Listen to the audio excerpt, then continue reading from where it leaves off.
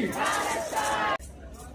Today, on behalf of the Palestinian Forum in Britain, I stand before 10 Downing Street not only as a Palestinian, but as a human being asking the British public to look beyond the phrase ceasefire and to ask a simple question. What does a ceasefire mean if people are still living in fear, deprivation and loss? Many people that because the headlines have faded, the suffering has faded too. I encourage everybody not to think that way, because life for Palestinians in Gaza and the West Bank remain extremely difficult, despite the so-called ceasefire that came into effect in October 2025. In Gaza, since that supposed ceasefire, more than 870 people have been killed and over 2,600 injured, according to the Gaza Ministry of Health. Their own medical teams continue to treat children with blast injuries and gunshot wounds. These are not distant statistics. They are children whose lives have been changed forever. Large areas of Gaza are now effectively under Israeli military control through an expanding restricted zone, with patients continuing to arrive from these areas suffering from explosions, shrapnel wounds and gunshot injuries. The suffering is not confined to Gaza, unfortunately. There are approximately 9,600 Palestinian prisoners being detained and held illegally in Israeli prisons, with confirmed widespread allegations of torture, abuse and deaths in custody. Their families live in constant anguish, uncertain that their loved ones will return home safely one day. In the West Bank, violence has intensified. People are afraid to travel. They are afraid to leave their homes. They are afraid that their homes are demolished. There is a constant climate of fear. It has profound effects on mental health. There is a deep struggle to survive. Restrictions on essential supplies and the destruction of water and sanitation infrastructure. They have left people without reliable access to water and basic hygiene, contributing to preventable illnesses and disease. And while the world may believe that a ceasefire has passed, malnutrition remains a serious concern in all over Palestine. Children and pregnant women continue to require treatment. So today I ask you, the British public, I do not want sympathy alone, but what I want is your attention. Don't let the word ceasefire become a reason to look away. Peace is not the absence of the headlines. Peace is when children no longer need to arrive at hospitals with blast injuries, when families can drink clean water, when people can travel without restriction and fear, when ordinary life is possible, yet there is no ordinary life under occupation. Please do not forget Palestine. Do not forget the people whose lives continue long after the cameras have gone. Humanity deserves to remain in our conscience, and their suffering deserves not indifference from us, but compassion and real action. We need to stop and end the occupation, because we want a free Palestine. Free Palestine! I want to start by thanking Stop the War for organising tonight's rally. We're here to say stop the war and stop the war crimes. Israel has destroyed Gaza, displacing hundreds of thousands of innocent people. According to the United Nations, 92% of homes in Gaza are now rubble. And Israel is now inflicting the same atrocities on Lebanon. Entire towns and villages have been razed to the ground. Hundreds and thousands of innocent Lebanese people, Christians and Muslims alike, have been made homeless and forced to flee their homes. These are war crimes on a massive scale, and they are happening with the collusion of this UK Labour government. Enough is enough. It is time to stop the complicity. Where are the sanctions on Israel? Where is the suspension of all trade? Where even is the full arms embargo? When Russia invaded and started bombing Ukraine in 2022, there was no hesitation. Keir Starmer immediately called out the war crimes that Putin was committing. He backed the sanctions put on Russia and toughened them further when he got into government. So my question to Keir Starmer and to his Labour government is, why the double standards? Do Palestine lives and Lebanese lives matter less to you? Are war crimes okay if the country committing them is deemed to be an ally? Because there is no doubt about Israel crimes. The United Nations has described as what was happening in Gaza as a genocide. The International Association of Genocide Scholars has said that what is happening in Gaza is a genocide. And the International Criminal Court issued arrest warrants for Benjamin Netanyahu and then Defence Minister Yoav Gallant with charges of crimes against humanity and the war crime of starvation. We in the Stop the War movement are the global majority, and we can see and condemn these war crimes, and we can see the double standards too. Keir Starmer might not be in number 10 Downing Street much longer, but whoever replaces him should know you will be just as unpopular, just as isolated, if you don't stand up for peace and stand up for human rights. End all arms sales, impose sanctions, and say no to US and Israeli war crimes in the Middle East. Solidarity with the people of Palestine, with the people of Lebanon, and with the people of Iran. Thank you so much for listening. Now, if we look at the world around us, we can see war raging on just about every single continent. In the Americas, we're seeing coups and invasions, African nations bombed, a prolonged war in Europe, and now even Greenland is under threat. And what is the common thread running through all of it? The United States of America. Not a bystander, definitely not a peacekeeper, the instigator, the architect, and most significantly, the funder of it all. And as the US is on its rampage, riding alongside it is its junior subordinate partner, Israel. Genocide in Gaza, violence in the West Bank, the invasion of Lebanon, the coup in Syria, and relentless attacks on Yemen. But let's be clear about who is really in charge. It is the United States that bankrolls Israel. It is the United States that arms Israel. And Trump said himself, when a US president says stop, Israel stops. We saw it when Israeli bombers were heading for Tehran and were ordered back mid-flight. That tells you everything you need to know about who pulls the strings. This is a global US offensive, and it has consequences for every single one of us. Asia is drowning in oil insecurity. India, Pakistan, and China all feeling the squeeze of the US blockade on the Strait of Hormuz. A third of the world's fertilizer supply is disrupted. The UN is warning that tens of millions could be pushed into hunger, not next decade, but next year. And here at home, we see our fuel bills rising, energy prices going higher than ever, and inflation building. Public services are being squeezed, and they'll continue to be squeezed. And who is it that's paying the heaviest price for all of this? Always the same people. Always the poorest people. Always the most vulnerable. The ones who can least afford it. We are paying for Trump's war drive, and the bill is getting higher. Now, this is not someone else's fight, this is ours. And we need to make it a point not to be silent and call it out for exactly what it is. So let me be clear about exactly where we stand. No to Trump's wars, end the genocide in Gaza, end the blockade on Iran, end the bombing, Israel out of Lebanon, and no to the USA's global wars forever.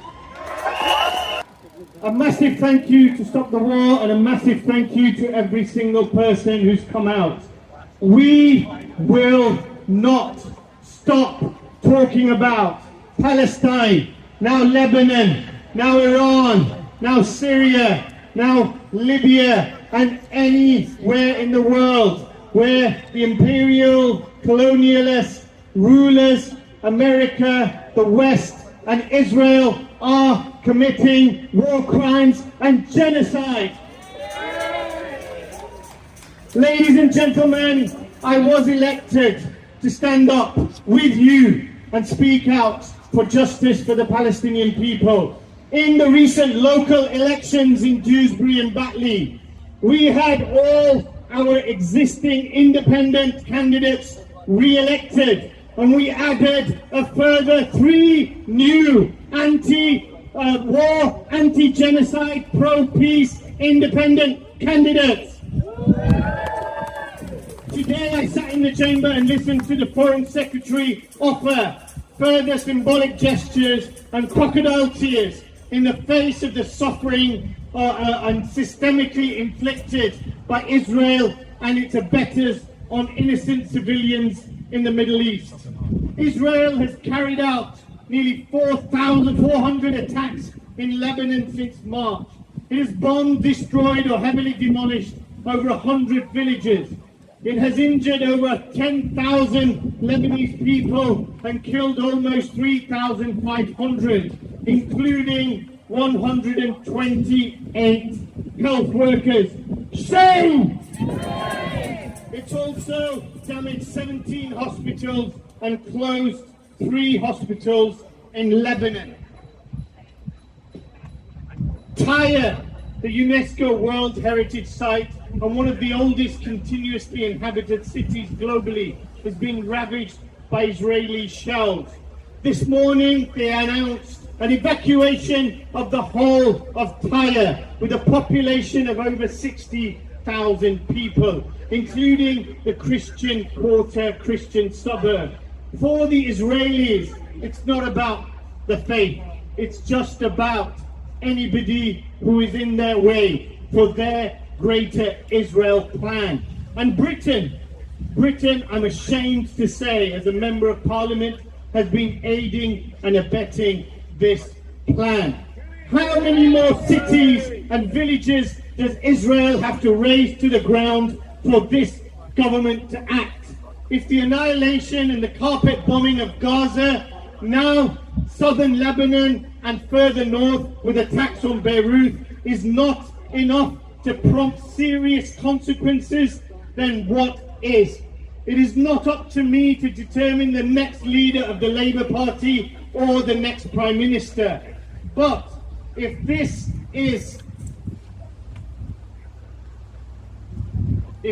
does turn out to be the dying days of the Starmer administration, then if I were a former human rights barrister, I would be looking with shame at the legacy I was leaving behind in the Middle East. A legacy of genocide, a legacy of a willingness to only offer endless expressions of concern without any meaningful action, as if this will protect Palestinians, Iranians, or the Lebanese from Israeli bullets and missiles. But a legacy that could be changed. There is still time yet to reverse course. Keir Starmer, if you're listening, you failed the Palestinian people since you became Prime Minister. You failed this Lebanese people since Israel and America's illegal attacks. You failed the Iranian people since Israel and America's illegal attacks. However, you still have time to make a positive difference. You are still the Prime Minister of the United Kingdom. You still have time to change course and now act as a human rights lawyer and take meaningful action to stop the genocide, to stop the war crimes, and to stop the killing. Leave your seat as Prime Minister with a positive legacy of ending the atrocities by America and Israel today. Thank you very much, everyone. Thanks very much. Thanks, Shabir. Thank you for being here, everyone. I want to start by congratulating all of you and the rest of the movement for what happened on May the 16th, just a few weeks ago. in the run-up to that demonstration, they said they were going to ban us. They marginalised the Palestine movement because they said Tommy Robinson's fascist-led demo was going to massively outnumber us. They tried to intimidate us, but people were not scared, people were not put off. People came to London in their hundreds of thousands, defying the police and producing a demonstration 3 or 4 times bigger than what the far right could muster. That was a massive victory. Now, Benjamin Netanyahu doesn't seem to understand the word ceasefire. So I want to help him. And the many members of the media who are failing to explain anything about the unfolding situation at the moment. If you are occupying half of a foreign country, then you don't have a ceasefire. If you are taking over by force 70% of someone else's land, then you don't have a ceasefire. If you are firing rockets on capital cities in the Middle East, then you are breaking ceasefires. This, of course, is not an accident. This really is policy. Netanyahu's government is so deranged that it is now committed to permanent war in its fight for a greater Israel. But the important thing to understand that this is a war that Israel is losing. It is a war that is isolating Israel.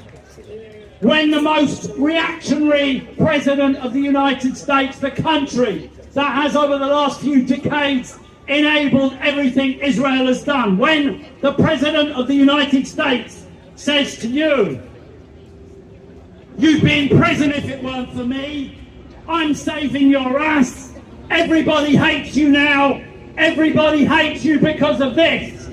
You know the writing is on the wall. And you need to start thinking about your position. Even some senior figures in the British government are now starting to sing a different tune about Israel and about what is happening in Palestine. Even some of them are beginning to understand what is going on and beginning to see the writing on the wall. Well, our answer to Wes Streeting and Emily Thornberry and a handful of others who have tried to criticise Israel recently is, it's good that you are beginning to adopt an attitude similar to that of ours, but words are cheap. We are only going to have any respect, we are only going to have any belief that you are changing your position when you demand that this government stops arming Israel and breaks from Israel in openly and publicly and completely.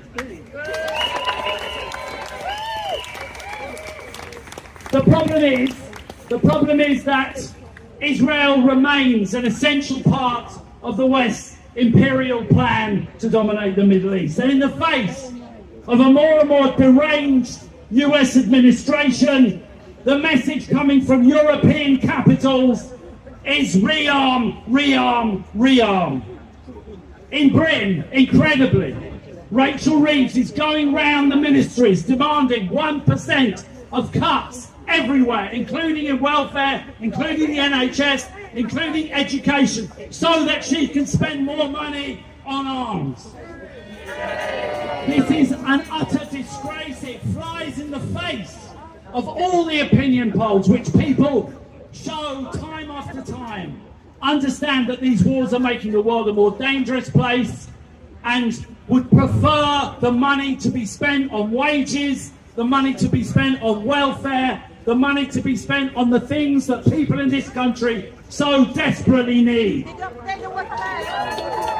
And the war fever that they are whipping up across Europe is based on a complete fantasy that China and Russia are a real and present danger in European capitals or to Britain.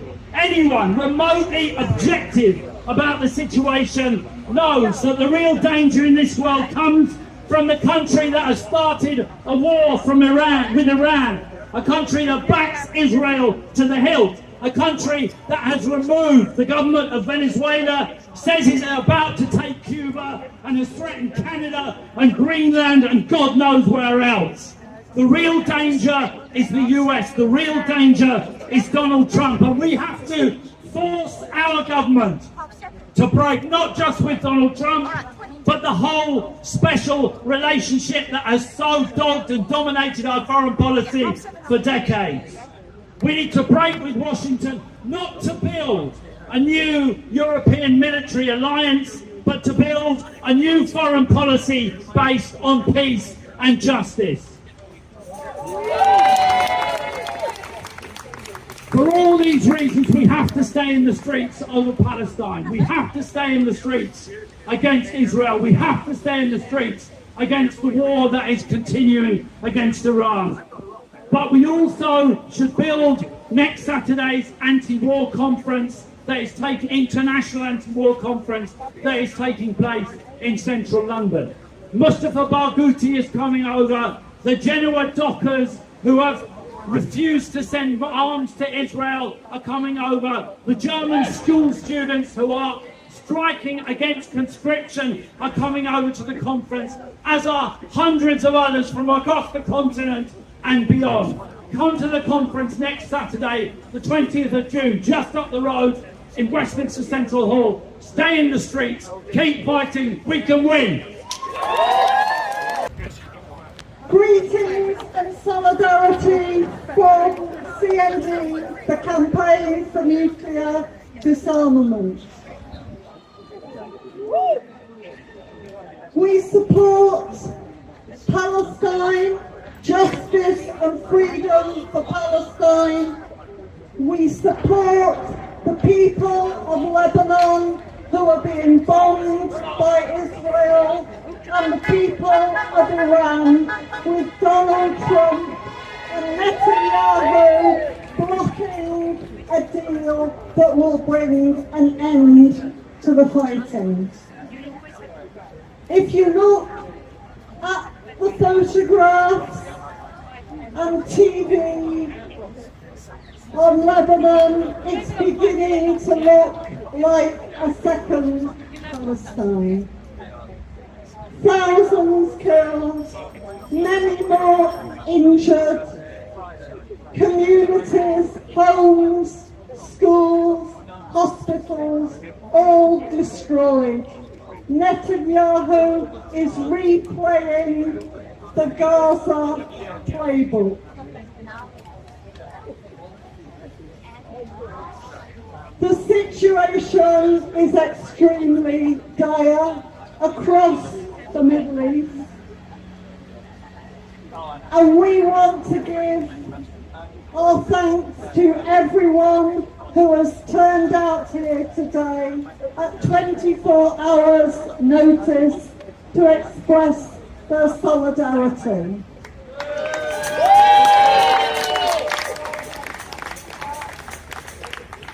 Most worrying of all in the on-off negotiations is the fact that Netanyahu and Trump are on diametrically opposed forces. Trump wants an end to the war in Iran, not least because of the midterm elections and the impact of oil prices on his domestic supporters. Netanyahu is determined to fight to the end. I don't think this will be the last time we turn out in an emergency response to something that's going on in the Middle East. CND calls for freedom for Palestine, peace in the Middle East, and an end to nuclear hypocrisy and Israel's nuclear weapons. Thank you for listening. Thank you for joining today. Friends, comrades, brothers and sisters, I want to just bring you solidarity greetings from my union, the RMT, which is an affiliate of the Palestine Solidarity Campaign, and also an affiliate and a founding member of the Stop the War Coalition. And I want to tell you that the trade union movement in this country is part of the peace movement.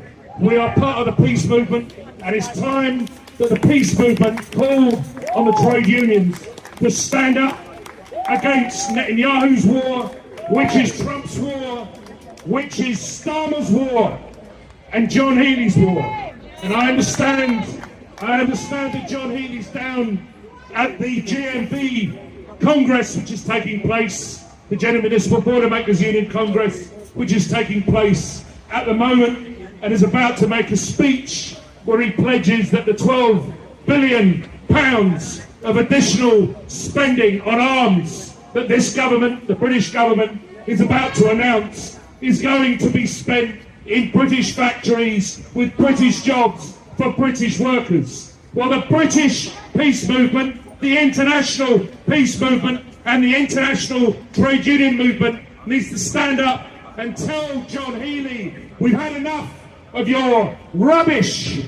The military Keynesian nonsense spouted by people like John Healey and this government is the road to ruin for workers in this country. Military spending is kicking the guts out of the economy. It's ruining the public services. To pay for F-35 fighters, to pay for AUKUS nuclear submarines, to pay for bombs and guns that John Healey and Keir Starmer want, will ruin our NHS, reduce it to a rubble, will deplete our schools and our public services.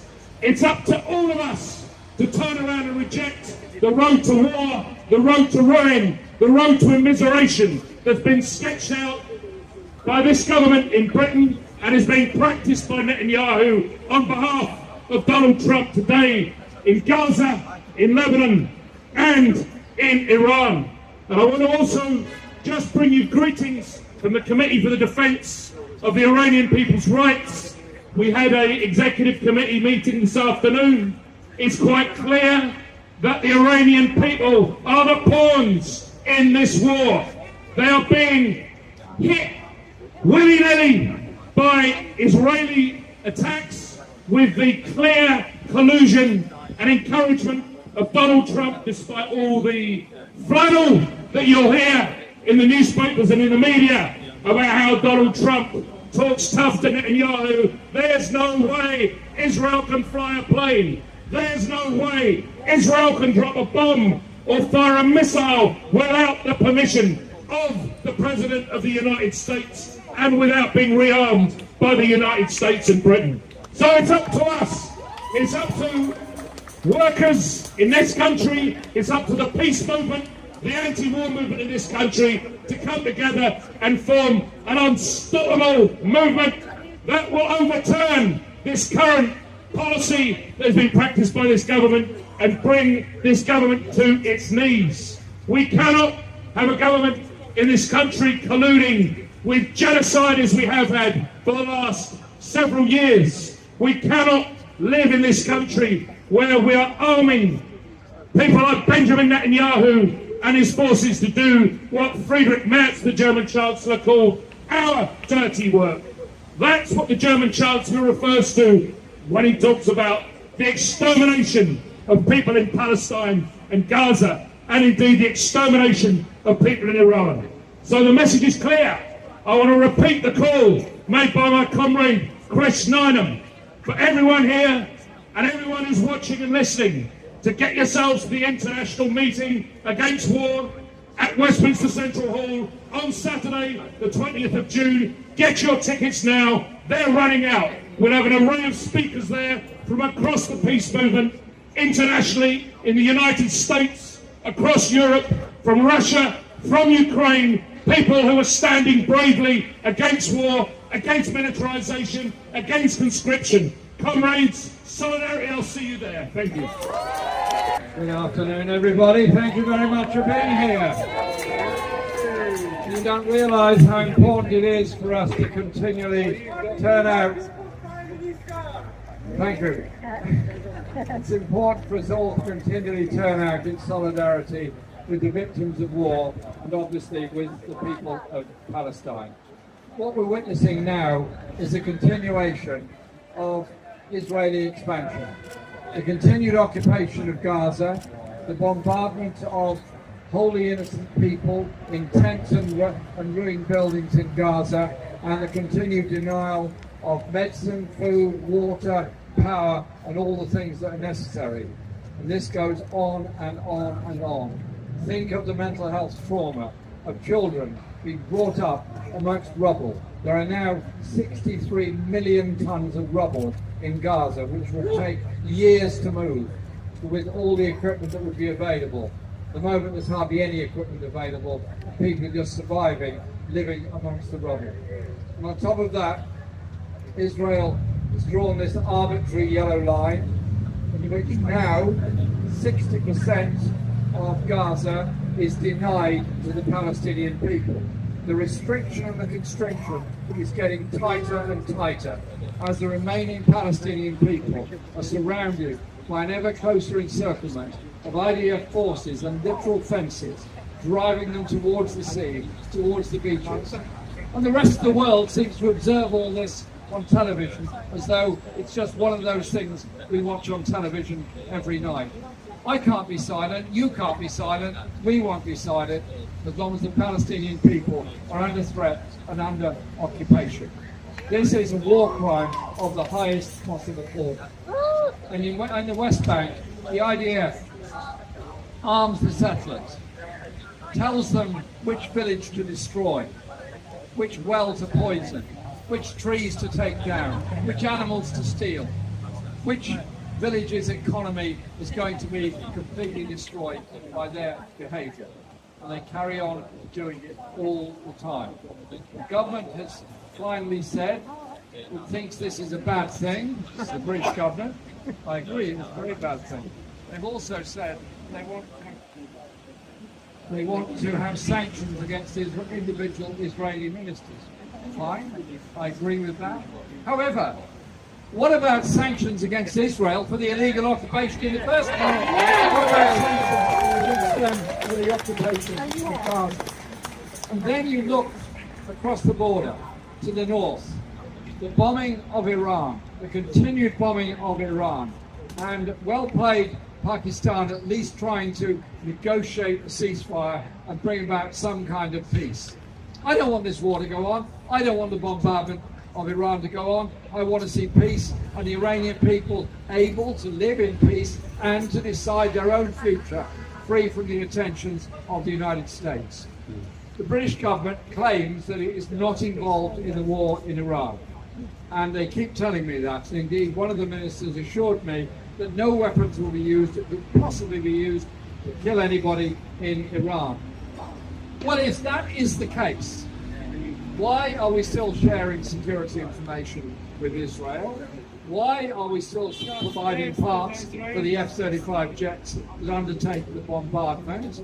And why are we allowing the use of the Royal Air Force bases at Fairford and Akrotiri to be the takeoff point for, in the case of Fairford, for American bombers to go on Iran? Sorry, Kia, you're wrong.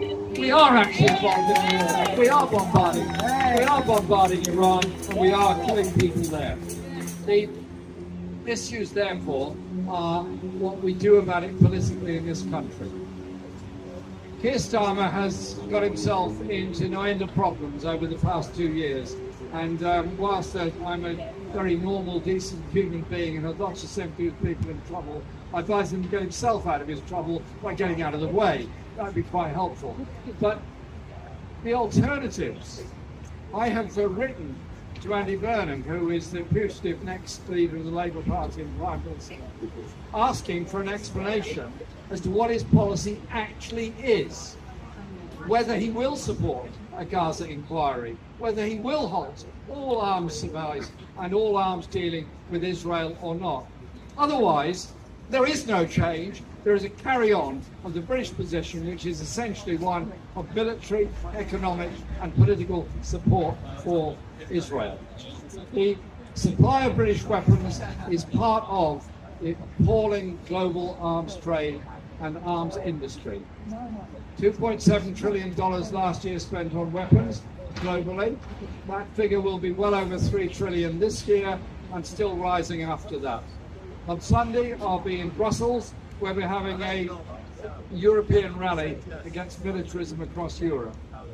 We're all being told we have to cut expenditure on education, on health, on housing, on environmental improvement, anything you care to mention, except the Ministry of Defence, where billions more are going into the arms industry and the whole militarisation of our society, and indeed militarisation of the whole continent. And people say to me, you shouldn't be talking about peace because there's a danger of a war breaking out in Europe. Well, if you can't talk about peace when there's a war going on, when can you talk about peace? What we need to do is come together as we are. Come together demanding an end to the arms trade, demanding a reduction in arms expenditure, demanding support for the Palestinian people, not for the Israeli occupying forces, and also a government and a policy that stands up to the globalization of warfare which Donald Trump is promoting. Yes, he is behind the occupation of Gaza and the attacks on the West Bank. He's also behind the war on Iran. He's also behind the invasion of Lebanon. But he's also behind the imprisonment of the president of Venezuela, and he's behind the dreadful sanctions that are being meted out on the people of Cuba at the moment, and the US aircraft carriers that are floating around in the Caribbean ready to invade that island. Surely to goodness we, as peaceful people all around the world, have a voice. Let's make that voice loud and clear. No to militarism, yes to peace. Deal with the causes of war, not the victims of war. Don't blame refugees for being refugees. Blame those that started the war, that have made them into refugees in the first place. So we build a society and a movement of solidarity. That's what we are. A movement of solidarity and peace and of justice. That's why we're here. A message again for over there. We're not going away. We're not going to be quiet. We'll be speaking out and shouting out as long as it takes until there is peace and justice for all the people of the Middle East, particularly the Palestinian people in Gaza and the West Bank. Thank you very much. Thank you. Thank you for joining this emergency protest in response to Israel's latest aggression and escalation of violence against the Palestinian people, against Lebanon, and across West Asia. Over the weekend, Israel resumed bombing Iran. It has not stopped bombing Lebanon for months, despite the so-called ceasefire. Israel has occupied nearly a fifth of Lebanon and displaced over 1 million people. And meanwhile, it is ramping up again its attacks on Palestinians. This weekend, Israel killed 13 Palestinians across Gaza.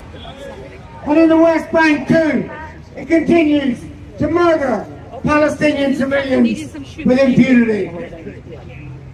What does the British government do? How does the British government respond? Well, today, Yvette Cooper, the Foreign Secretary, made an announcement. Aren't you all impressed?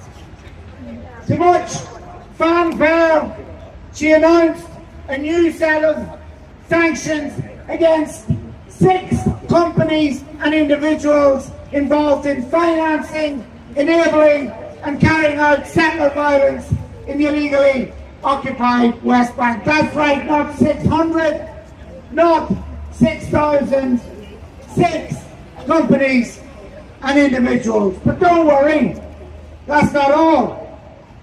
She also declared that the government will firmly advise British businesses against involvement in illegal activity. A bit like when I firmly advise my children to eat their greens. As if when it comes to Israel, international law is an optional extra that can be ignored without consequences. Now, let me be clear, any move towards greater sanctions is correct, but these are tiny, piecemeal steps and are utterly inadequate.